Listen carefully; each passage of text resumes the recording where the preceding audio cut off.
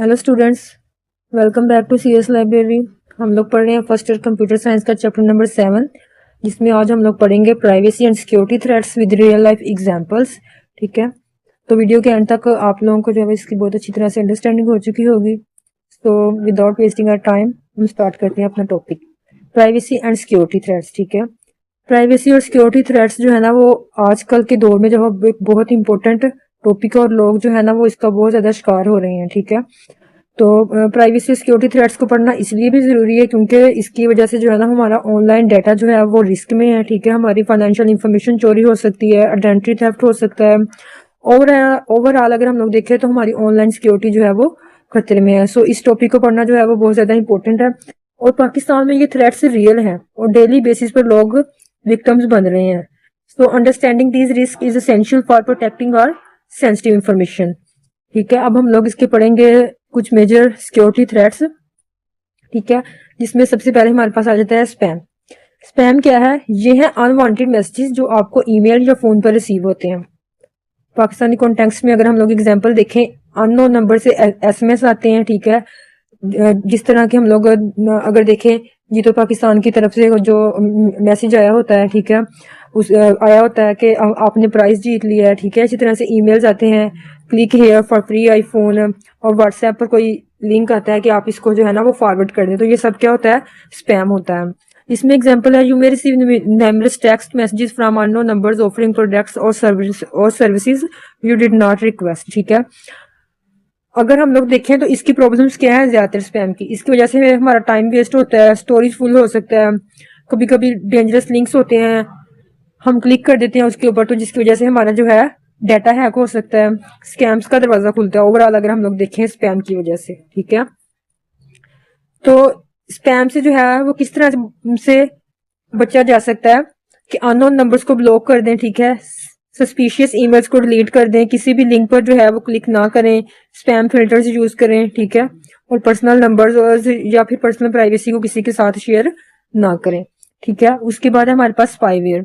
Spyware क्या होता है? Spyware is a type of harmful software that secretly monitor your activities on your computer और mobile phone. ठीक है, स्पाईवेयर क्या करता है कि ये एक तरह का हार्मवेयर सॉफ्टवेयर है जो कि सीक्रेटली आपकी एक्टिविटीज को मॉनिटर कर रहा होता है, आपकी ऑनलाइन एक्टिविटीज को ट्रैक करता है, पासवर्ड चुरा सकता है, ये बैंकिंग इंफॉर्मेशन देख सकता है, मैसेजेस और कॉल्स को जो है मॉनिटर कर सकता है, आपके मोबाइल में से स्क्रीनशॉट ले सकता है। ठीक है, ये होता है स्पाईवेयर। और स्पाईवेयर जो है वो बहुत ज्यादा हार्मफुल सॉफ्टवेयर है। ठीक है, इसकी एग्जांपल है, if you download a free app from an unreliable source it may install spyware on your device.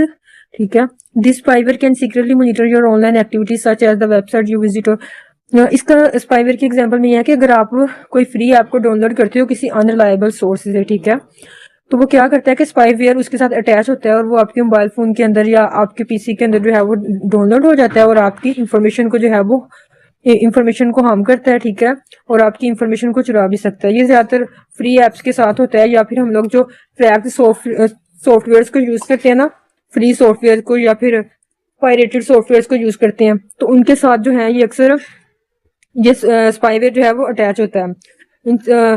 Pakistan के अंदर अगर एक बिजनेसमैन के साथ ऐसा हुआ था कराची में कि उसने ना एक क्रैक्ड सॉफ्टवेयर को जो है ना डाउनलोड किया। ठीक है, तो 2 महीने बाद उनके बैंक अकाउंट से जो है ना 10 लाख रुपीस जो है ना वो ट्रांसफर हो गए थे। ठीक है, ये स्पाईवेयर की वजह से हुआ था और ये रियल लाइफ इंसिडेंट्स है। ठीक है, तो इसीलिए जो है ना इनको सॉफ्टवेयर को यूज करते वक्त जो है ना हमें बहुत ज्यादा एहतियात करनी चाहिए।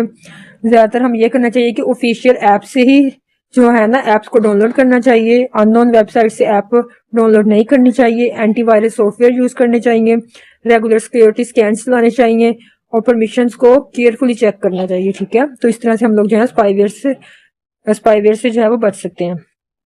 उसके बाद है हमारे पास कुकीज। कुकीज क्या होते हैं? कुकीज ये है स्मॉल फाइल्स जो वेबसाइट आपके डिवाइस पर स्टोर करती हैं जब आप उन्हें विजिट करते हैं। जब भी जिस भी वक्त आप किसी वेबसाइट को जो है वो विजिट करते हैं, तो ये जो है ना कुकीज ये उस वेबसाइट के ऊपर चेक करती हैं कि आपने किस वक्त तक वेबसाइट को विजिट किया और आपने उस वेबसाइट पर उस वक्त क्या किया। ठीक है, अगर हम लोग उनको एक्सेप्ट कर लेते हैं कुकीज को, ठीक है, वो हमारी मतलब लॉगिन डिटेल्स को याद रखती हैं और हमारी प्रेफरेंसेस को याद रखती हैं कुकीज। ठीक है, गुड साइड ऑफ कुकीज ये है कि लॉगिन डिटेल्स को याद रखती हैं, शॉपिंग कार्ट सेव करती रहती हैं, लैंग्वेज प्रेफरेंस रिमेंबर करती हैं, वेबसाइट जो है वो फास्ट लोड होती है, ठीक है। लेकिन इसकी डार्क साइड ये है कि जो कुछ भी आप सर्च करते हो तो वो वेबसाइट वालों को पता चल रहा होता है कि इस वक्त आप क्या सर्च कर रहे हो, किस वक्त आपने आकर जो है वो लॉगिन किया, ठीक है। अगर आप किसी शॉपिंग ऐप पर जाते हो और अगर किसी चीज को चेक करते हो ना, तो वो फिर ना रिमेंबर करता रहता है कि आपको ये चीज पसंद है और वो आपके सामने उसी को शो करवाता रहता है, ठीक है। इस तरह से वो मतलब एक तरह से हमें ट्रैक कर रहे होते हैं कि हम लोगों ने किस किस चीज को जो है वो सर्च किया, ठीक है। उसके बाद है हमारे पास फिशिंग। फिशिंग क्या है? Phishing is a type of scam where someone pretends to be a trustworthy organisation to trick you into giving away your personal information, ठीक है। ये भी एक टाइप का स्कैम है जहां कोई ट्रस्टवर्थी ऑर्गेनाइजेशन बनने की कोशिश करता है और आपको ट्रिक करके पर्सनल इंफॉर्मेशन ले लेता है, ठीक है। फिशिंग होती है एक तरह से फेक फेक किस्म की वेबसाइट्स होती हैं जो कि आपको ट्रैक कर लेती हैं। स्कैमर आपको जो स्कैमर्स होते हैं वो क्या करते हैं कि एक वेबसाइट बनाते हैं और बिल्कुल हमें इस तरह से लग रहा होता है कि ये जो वेबसाइट है ये लीगल है, लेकिन वो क्या होती है, इलीगल होती है। और इस तरह से वो जो हमारी इंफॉर्मेशन हमसे ले लेते हैं, ठीक है। अगर बाज दफा ऐसा होता है कि हमें कोई ईमेल आया हो तो हमें इस तरह लगता है कि हमारे बैंक की तरफ से हमें ईमेल आया और वो हमसे हमारी इंफॉर्मेशन पूछ रहे होते हैं और हम जो है वो उस लिंक के ऊपर क्लिक कर देते हैं और इस तरह से हमारी सारी बैंक डिटेल्स जो है वो हैकर के पास चली जाती हैं, ठीक है। ये होते हैं फिशिंग अटैक्स। फिशिंग अटैक्स में मतलब ये होता है कि हमें बिल्कुल ऐसे लग रहा होता है कि ये वाली जो वेबसाइट है या फिर ये वाला जो मैसेज है ये बिल्कुल रियल है और ट्रस्टवर्दी है, ठीक है। लेकिन वो ऐसा होता नहीं है और इस तरह से हम लोग उस लिंक को क्लिक कर देते हैं और हमारी सारी इंफॉर्मेशन जो है वो ट्रैक हो जाती है और हैकर जो है वो उसको ट्रैक कर लेता है और इसी तरह से क्रेडिट कार्ड्स को भी जो है ना हैक किया जाता है, ठीक है। उसके बाद है फार्मिंग। फार्मिंग जो है ये फिशिंग से भी ज्यादा खतरनाक है, ठीक है। फार्मिंग में क्या होता है कि जो हैकर होता है वो एक्चुअल वेबसाइट्स को ही फेक बना देता है। मतलब अगर किसी बैंक की एक्चुअल वेबसाइट है ना, तो फार्मिंग में क्या होता है कि उस एक्चुअल वेबसाइट को ही फेक बना दिया जाता है और किसी को बिल्कुल भी पता नहीं चलता है, ठीक है। Imagine you want to access your online banking account, but due to a farming attack, you are sent to a counterfeit site that looks just like your bank's real site. If you enter your login information on this fake site, the scammer collects your details. ठीक है, आप उस bank की जो है ना real website पर गए, लेकिन वो जो वेबसाइट है ना उसके ऊपर फार्मिंग का अटैक हुआ था, तो आपको पता ही नहीं चला, आप उस फेक वेबसाइट के ऊपर रीडायरेक्ट हो गए और वहां जाकर आपने अपनी बैंक की जो जितनी भी इंफॉर्मेशन थी वो आपने जो है ना लॉगिन किया, उसको सारी इंफॉर्मेशन डाल दी उनको।